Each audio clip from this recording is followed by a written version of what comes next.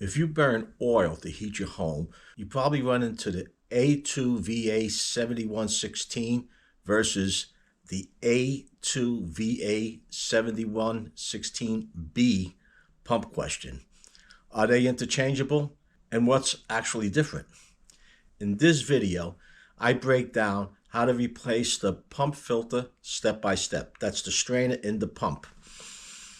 That's the strainer in the pump, not the filter before the pump.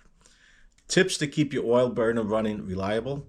The difference between the A2VA-7116 and the A2VA-7116B pumps.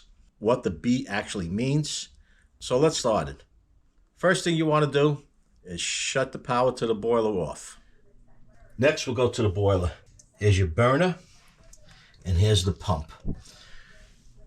This is the motor that turns a swivel cage inside to blow the air into the chamber, and it's also connected to this pump, which pumps the fuel from the tank.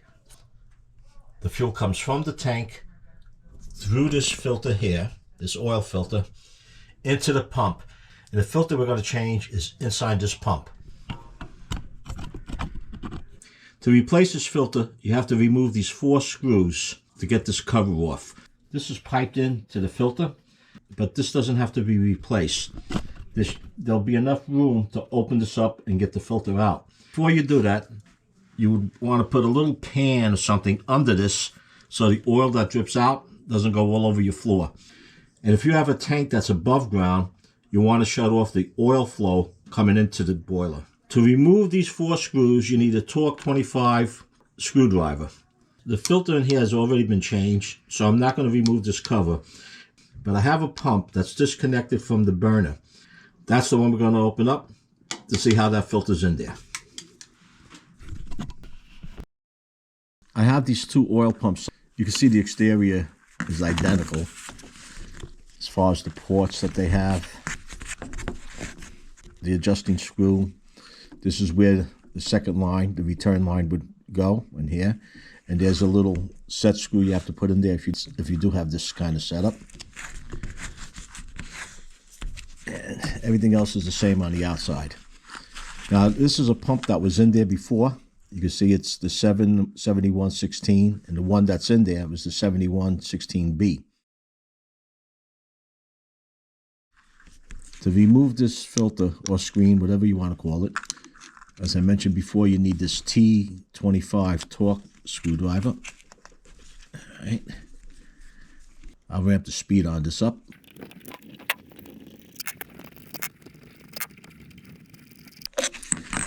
As I mentioned before you open this up, you want to put something underneath to catch the oil, and you want to shut the oil off at the tank so that you don't have oil flowing into this pump.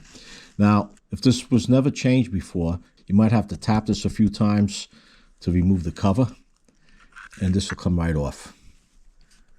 All right. Here you have the gasket. These filters always come with a gasket. I would change it. Sometimes they look like they're okay. It's up to you. And here's the filter itself. This one was changed once before, so it's not that dirty. But you can see inside of here, the crud that's caked up in here.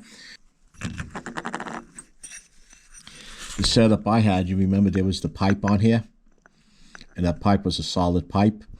You don't have to remove the pipe to pull this out. That pipe is connected to the fuel filter, which is connected to a copper tubing where it gives you just enough to pull it back, pull this filter out. If you do disconnect the pipe, and you see this in here, just take it outside with a little carburetor cleaner, spray it in there, clean it up with a toothbrush or wire brush, whatever you have. And if you do leave it on, just get your hand in there with a rag and clean it out the best you can. I also clean this up over here, in addition to the cover. And this is the screen that we're talking about. They're very inexpensive, and changing the screen can save you a lot of grief. I know when I had techs come and clean my boiler and do the annual boiler clean out, I never seen them once in all the years I had them come and change this filter. They'll change, that's this one here, but I never seen them change this, and I watched them. Before you put this back together, remove the old gasket, Get a little oil on your finger, rub the new gasket with the oil, place the new gasket down, put the filter on, put your cover back on, and tighten up your screws.